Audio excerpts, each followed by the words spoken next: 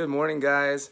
I just wanted to make this stream because something caught my attention. Okay, people trying to say that I'm trying to get groomers to groom like me, or not at all, and I think that's ridiculous because my message this whole time, if you look back at even the video where I explained how I became a dog groomer, even I explained how all artists are different. And if I took that painting and traveled through time and asked Pablo Picasso, can you replicate that for me? My daughter did that and she was only 7 years old. You're a professional artist. You're telling me you can't replicate what a 7-year-old did? And he would say, no, I can't replicate that because that's not what I do. I'm an artist. I create my own paintings. I don't replicate other people's paintings. So my message this whole time is to is to shine your way. Be you, be yourself, be unique, have the courage to do that, right? For people to say that I'm trying to get the grooming industry to groom the way I do, or they're criminals, or that they shouldn't be grooming at all. That is ridiculous. Okay, and the whole thing of me supporting the grooming licensing, that's not me trying to get groomers all to groom the same way.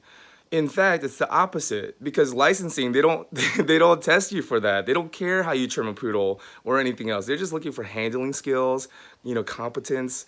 That's it.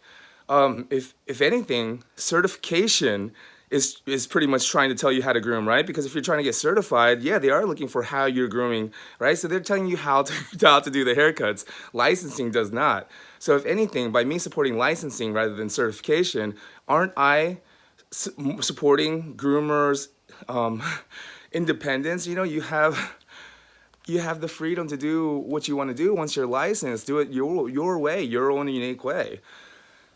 So anyways, I just want to address that real quick because I really just don't like I don't like people misrepresenting me. And I know it's gonna happen now because, hey, I'm putting myself out there.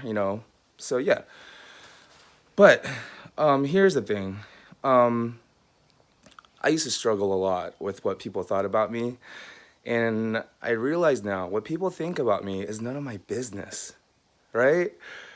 When you make a judgment about somebody else, it doesn't define them. It defines you. That's Dr. Wayne Dyer.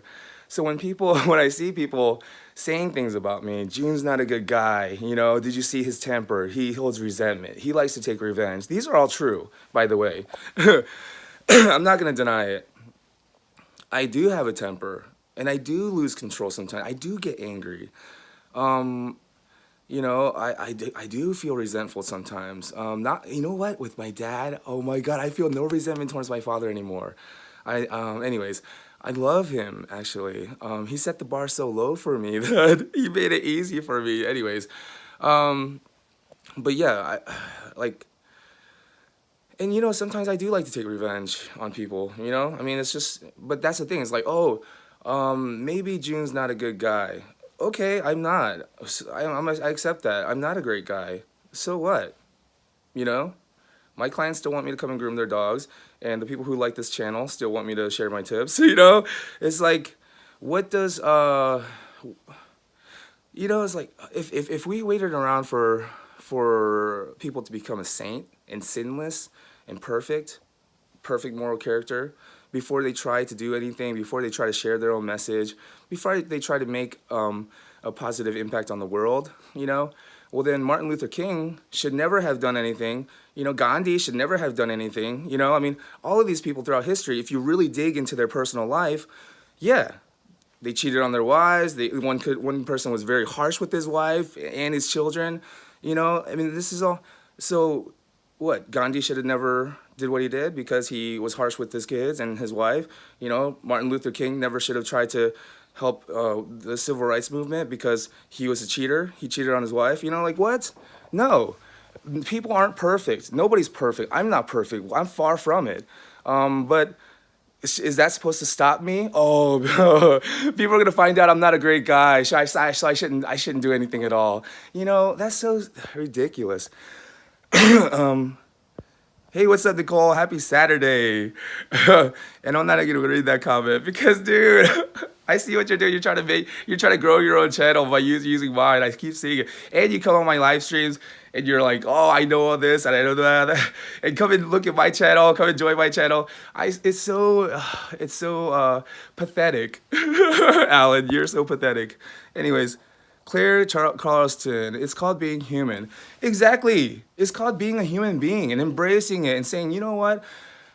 Who can, that was the biggest thing. It's like, oh my God, what if people think that I'm a bad guy? Oh, that was one of my biggest fears, even with my mom. I told my mom even, like, whenever people would say, like, I thought he was a good guy. I thought he was a good kid. I thought he was nice. And I it would really, like, oh man, now they think that I'm not. Oh, what can I do? And, I need to change that. I need to somehow get them to like me again. You know what? Forget that. Who cares? I see you steady hating, but really you're my biggest fan. There's a song like that. Anyways, usually the people hating on you the most, secretly, they're your biggest fan, you know? So anyways, if he wasn't, why would he keep coming on my channel? Why would he make a little video about me, trying to expose me as this guy that's trying to control people and tell people how to groom, how to live their lives, when that's actually the opposite of what I do, who I am, and what my message is, Dude, you're such a troll. Anyways, but thank you. Thank you for all the time and effort you put into making a video about me. Anyways, I'll see you guys.